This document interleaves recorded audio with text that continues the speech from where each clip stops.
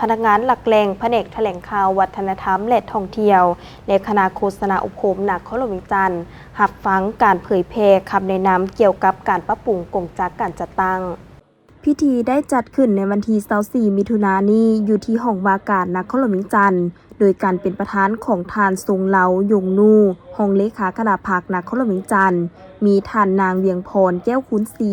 หัวหน้าแผนกแถลงข่าววัฒนธรรมและท่องเที่ยวนครหลวงวิงจันทร์ท่านเสด็จดาศรีอัมพรว่าการหัวหน้าคณะโฆษณาอุปโภคนครหลวงวิงจันทร์พร้อมด้วยพนักงานหลักแหล่งของสองภาคส่วนเข้าร่วมรับฟัง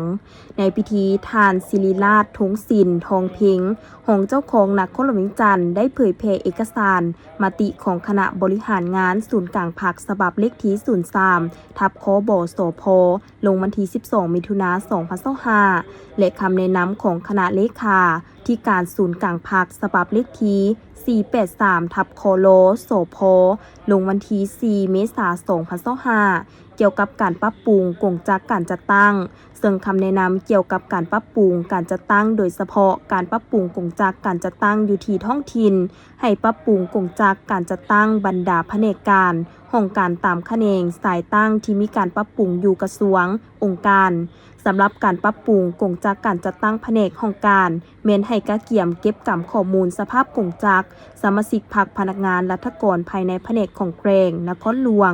ห้องการเมืองนครและสรุปตีราคาการปฏิบัติหน้าที่ของแผนกห้องการที่จะถูกปรับปรุงผ่านมามีด้านดีด้านอ่อนบทเรียนที่ถอดถอนได้มีปัญหาใดๆเพื่อเป็นข้อมูลรายงานต่อคณะรับผิดชอบปรับปรุงกงจักรการจัดตั้งที่ตั้งหน้าให้คณะพรรคคณะนำของกระทรวงองค์การที่เกี่ยวข้องแต่การปรับปรุงกงจักรการจัดตั้งตามเป้าหมายดังกล่าวแม้นภายหลังประกาศกงจักรการจัดตั้งของกระทรวงองค์การที่ถูกปรับปรุงอยู่ขั้นศูนย์กลางเก็บกำข้อมูลตึกอาคารอุปกรณ์พาหนะงบประมาณของรัฐโครงการลงทุนของรัฐและโครงการช่วยเหลือของต่างประเทศเพื่อคุ้มครองรักษานำใช้เข้าในการเคลื่อนไหวเวียกงานให้มีประสิทธิผลบ่ให้ตกเหี่ยเสียหายบ่สร้างความยุ่งยากให้แก่การปรับปรุงกงจักรการจัดตั้งก็คือการเคลื่อนไหวเวียกงานค้นคว้าพลบทบาทหน้าที่ขอบเขตสิทธิและสร้างเป็นห่างมติตกลงของคณะประจำพรรคและห่างข้อตกลงขององค์การปกครองมาด้วยการจัดตั้งและการเคลื่อนไหวของแผนกห้องการที่โฮมเข้ากันเป็นการจัดตั้งใหม่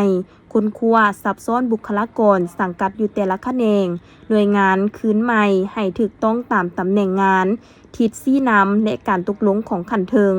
นอกจากผู้ที่ได้ซับซ้อนบรรจุเข้าใส่กงจักรการจัดตั้งใหม่แล้วแม้นจะถูกแก้ไขตาม3ทิศคือพักผ่อนทับบำนาญเลือกเฟ้นผู้ที่มีมาตรฐานเงื่อนไขเพื่อซับซ้อนไปรับหน้าที่ใหม่อยู่แผนกอื่นห้องการอื่นหันลงไปเมืองตาแสงตามความเฮ็ดข้องต้องการของเวียกงานและรับอุดหนุนเทื่อเดียวอิงใส่สุขภาพคุณภาพการปฏิบัติหน้าที่เวียกงานและปัญหาหย่อโทษต่างๆของผู้เกี่ยวในพิธียังได้รับฟังการรายงานสภาพกาเกียมปรับปรุงกงจักรการจัดตั้งของแผนกแถลงข่าววัฒนธรรมและท่องเที่ยวและคณะโฆษณาอุปโภคนครหลวงวิงจันทร์ตื่นอีก